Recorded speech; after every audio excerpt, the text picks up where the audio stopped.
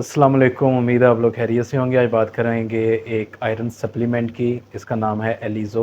सामी pharma की ये product है। इसका जो मेन इंग्रेडिएंट है वो है पॉलीसैकेराइड आयरन कम्प्लेक्स। खून की कमी के लिए इस्तेमाल होता है। बच्चों के लिए सिरप है, बड़ों के लिए कैप्सूल टैबलेट हैं। अब बाकी आयरन सप्लीमेंट से ये कैसे अलग है? एक तो इसका टेस्ट बहुत शानदार है, चॉकलेट फ्लेवर में है। बच्चे इसे बहुत शौक से पीते हैं, वोमिट नहीं कर देते पीने के बाद कि इसका कड़वा कसीला टेस्ट है। ऐसा कोई इशू नहीं है। दूसरा ये जो है ये हेमोग्लोबिन की प्रोडक्शन में को इंक्रीज़ करता है, मदद करता है उसमें।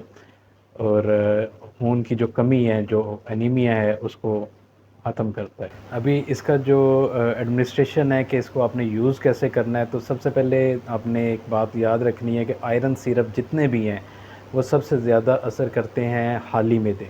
हाली मैदे इनकी अब्ज़ॉर्प्शन ज़्यादा होती है। उसके बाद आपने हाली मैदे के बाद इसके बाद कोई भी डेयरी की प्रोडक्ट नहीं लेनी, दूध नहीं पीना, चाय नहीं पीनी। और ये जो चीज़ें ये इस्तेमाल नहीं करनी, क्योंकि ये इनकी अब्ज़ॉर्प्शन को कम कर देती है। जैसे खाना खाने के बाद हमें चाय नहीं पीनी चाहिए कि चाय जो है हमारे जो खाने में मौजूद आयरन है उसकी अब्ज़ॉर्प्शन को कम कर देती है, रोक देती है। इससे आयरन डेफिशिएंसी हो जाती है, और आयरन डेफिशिएंसी का मतलब है अनीमिया। ठीक है, आपने ये नहीं करना कि बहुत आम कंसेप्ट है कि ताकत वाली गोली खाने के बाद जो है वो ऊपर से दूध पी लें तो उससे ज़्यादा ताकत आएगी। नहीं, उससे उसकी अब्ज़ॉर्प्शन कम हो जाती है।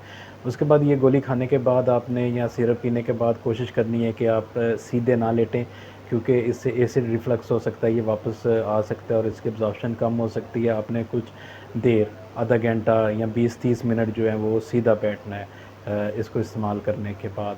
इसके साइड इफ़ेक्ट में वो जो कॉमन देखने में आ जाते हैं, दांतों का काला हो जाना मोस्टली, या डायरिया वगैरह हो जाना।